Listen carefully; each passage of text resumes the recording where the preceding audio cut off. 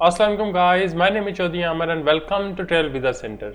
आज हम बात करेंगे बिजनेस डॉक्यूमेंटेशन कौन सी होती है, बिजनेस डॉक्यूमेंटेशन पे कैसे यूके का वीजा लिया जाता है और कैसे आप लोगों को प्रूव करना है। ठीक है, मैं आप लोगों को बता दूं कि हमारे पाकिस्तान में एक ट्रेंड बन चुका है। मेरा जो नेचर ऑफ बिजनेस है वो ऐसा है और मैं कैश डिपॉजिट करता हूँ। ठीक है, जो बिजनेस का डॉक्यूमेंटेशन है उनका लोगों को नहीं पता। अगर उनकी ऑफिशियल वेबसाइट पे चले जाएं, उससे पहले मैं आप लोगों से रिक्वेस्ट करता हूं कि मेरे चैनल को सब्सक्राइब कर लें अगर अभी तक आप लोगों ने नहीं किया। 97% लोग विदाउट सब्सक्राइब किए हुए देखते हैं चैनल, और मैं समझता हूं कि इतनी क्वालिटी इंफॉर्मेशन के लिए आप लोगों का चैनल सब्सक्राइब करना बनता है।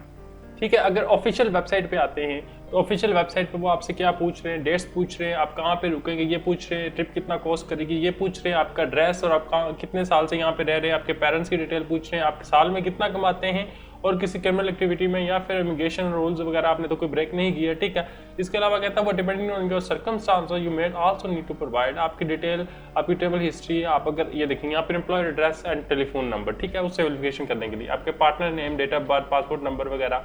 ठीक है, देखिए ये जो बेसिक चीजें अगर एक बिजनेस कर रहे हैं तो आप कैसे प्रूव साबित करेंगे, बिजनेस आपको तो नहीं पता, इसलिए किसी कंसल्टेंट की जरूरत होती है। अब बहुत से इशू है।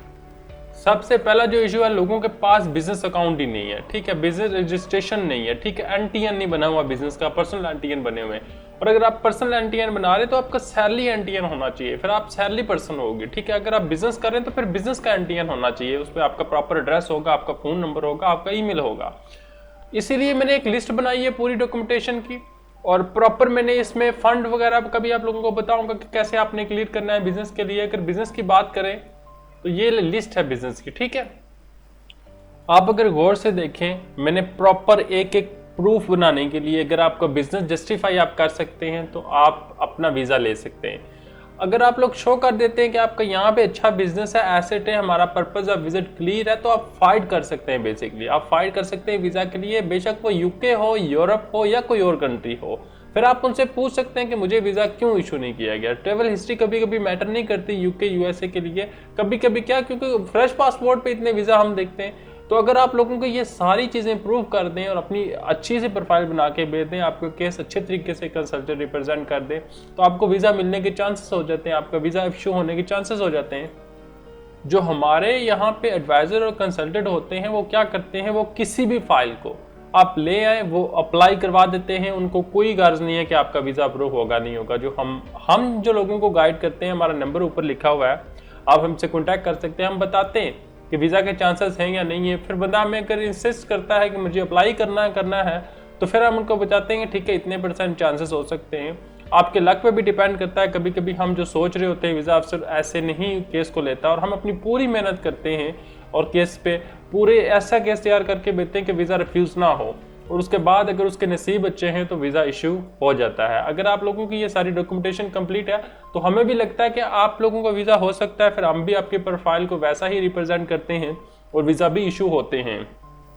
बिजनेस को प्रूव करने के लिए आपके पास नेशनल टैक्स नंबर होना चाहिए, जिसे एनटीएन भी कहते हैं। वो नेशनल टैक्स नंबर पे आपका बिजनेस टाइटल होना चाहिए। ठीक है, बिजनेस के नाम पे वो रजिस्टर हो। चैम्बर ऑफ कॉमर्स होना चाहिए आपके पास, उनकी मेंबरशिप और लेटर होना चाहिए। ठीक है, आपकी टैक्स रिटर्न होनी चाहिए जो आपकी इनकम से मैच करे, ना कि आपकी सेल से मैच करे।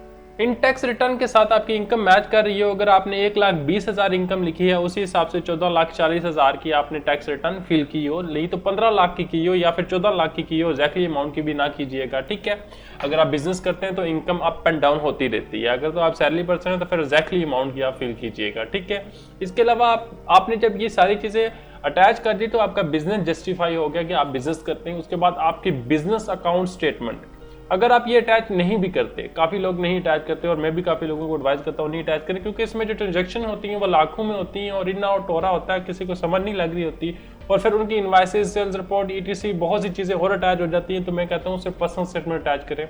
पर्सनल स्टेटमेंट में जस्टिफाई करें कि आपकी इनकम अपनी बिजनेस से आ रही है। तो ये कैसे कर सकते हैं, इनकम प्रूफ्स बना के। तो इनकम प्रूफ कैसे बनते हैं, आपके क्रॉस चेक ट्रांसफर कर रहे हैं, आपके बिजनेस अकाउंट टाइटल से आपके पर्सनल अकाउंट में पैसे क्रेडिट हो रहे हैं 1,20,000 मंथली, तो वो ये प्रूफ करते हैं कि आपकी जो इनकम है वो बिजनेस से आपके पर्सनल अकाउंट में आई है।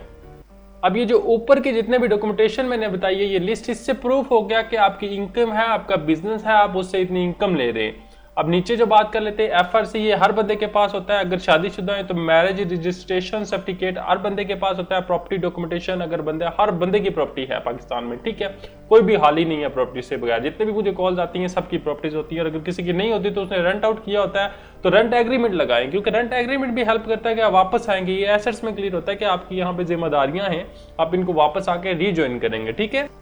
अगर कोई व्हीकल वगैरह है वो अटैच करें। अगर आपके बच्चे स्कूल वगैरह जाते हैं उनके फीसिस वगैरह, उनके कोई सर्टिफिकेट वगैरह अटैच कर दें, उनकी कोई फीसिस की स्लिप अटैच कर दें कि आप उनके गार्डियन हैं, आप उनकी फीसिस पे करते हैं, आपको हर सूरत में वापस आना पड़ेगा। ये डॉक्यूमेंटेशन बिजनेस के हैं, जो बिजनेस करते हैं उनके लिए ये डॉक्यूमेंटेशन होगी। जो पर्सनल के लिए वो भी मैंने बता चुका हूँ, सैलरी स्लिप चाहिए होती है, जॉब एग्रीमेंट लेटर चाहिए होता है, ठीक है, जब आप उनके साथ एग्रीमेंट करते हैं, ठीक है, आपका लीव लेटर चाहिए होता है, ठीक है, दैट्स इट। आपकी बैंक स्टेटमेंट और आपका एंटी टैक्स रिटर्न, आप अगर सैलरी पर्सन है तो आप वीजा अप्लाई कर सकते हैं। इसके अलावा आपने बिजनेस के स्टेटमेंट में लोगों का ये सवाल होता है कि कैसे क्लियर करें, क्लियर सोर्स ऑफ फंड में अक्सर वो रिफ्यूजल आते हैं। तो अगर आप लोग पर्सनल स्टेटमेंट लगाएंगे उसमें कैश डिपॉजिट करेंगे, और कैश डिपॉजिट का कभी इन आउट का जो फ्लो है वो इतना अजीब होगा कि उसको मैं अंडरस्टैंड नहीं कर पाऊंगा, तो वीजा अफसर कैसे अंडरस्टैंड करेगा। उसको बेसिकली जस्टिफाई करना है कि ये इनकम मेरी बिजनेस से है, तो कैश डिपॉजिट बिल्कुल भी ना करें। पर्सनल अकाउंट में, आपका बिजनेस अकाउंट आप जैसे मर्जी चलाएं, उसकी कोई परवाह नहीं है। पर्सनल अकाउंट में आप हमेशा चेक ट्रांसफर करें। 1,20,000 इनकम है तो ईयरली इनकम में आपने 14,40,000 लिखनी है और इसकी एवरेज निकालनी है, ठीक है। आपको इसीलिए कहा जाता है किसी कंसल्टेंट को हायर करें, क्योंकि वो आपकी प्रोफाइल पूरी देख के आपकी इनकम, आपकी एवरीथिंग, ईच एंड एवरीथिंग वो एग्जैक्टली वैसे ही फिल करेगा। हम इसीलिए, हमारे वीजा क्यों नहीं रिफ्यूज होते, हमारे वीजा क्यों अप्रूव होते हैं, क्योंकि हम बंदे की प्रोफाइल देख के वैसी एप्लीकेशन फिल करते हैं। जो चीज़ आपने लिख दी प्रोफाइल में, यानी कि एप्लीकेशन फिल करते हुए, अगर आपने उसको प्रूफ ना किया तो आपका वीजा रिफ्यूज होने के चांसेस हो जाते हैं। तो हम इसीलिए हर चीज़ एग्जैक्टली वैसे ही फिल करते हैं जैसी होती है, और इसीलिए वीज़ा भी अप्रूव होते हैं। अगर आपने 30,000 एक्सपेंस लिख दिए तो आपने वो 30,000 एक्सपेंस कैसे प्रूव करने हैं, अपनी स्टेटमेंट हिस्ट्री से। बैंक स्टेटमेंट हिस्ट्री में वो 30,000 शो हो रहे हों। ऐसा ना हो कि आप 2 लाख रुपए निकाल रहे हैं मंथली, 30,000 रुपये आपने लिख दिए और आपकी ये प्रूफ ही ना हो। वहाँ पे आप वो वीज़ा अफसर ये लिख दे कि मैंने देखा है कि आपने तो इतनी अमाउंट्स निकालनी है, बट आपने उनको जस्टिफाई नहीं किया, तो यूके स्टेटमेंट को लेके बहुत सीरियस है, वो रिफ्यूज़ कर देता है। और अगर इस हवाले से अगर आप देखें तो 90,000 आपकी सेविंग बनती है, वो स्टेटमेंट में शो हो रही हो, और इसी हिसाब से 12 महीनों की इनकम जो आपकी 10,80,000 बनती है आफ्टर लिविंग एक्सपेंस, और अगर आपने 15 लाख के टैक्स रिटर्न फिल किए हैं तो वीज़ा अफसर आपको क्यों रिफ्यूज करेगा।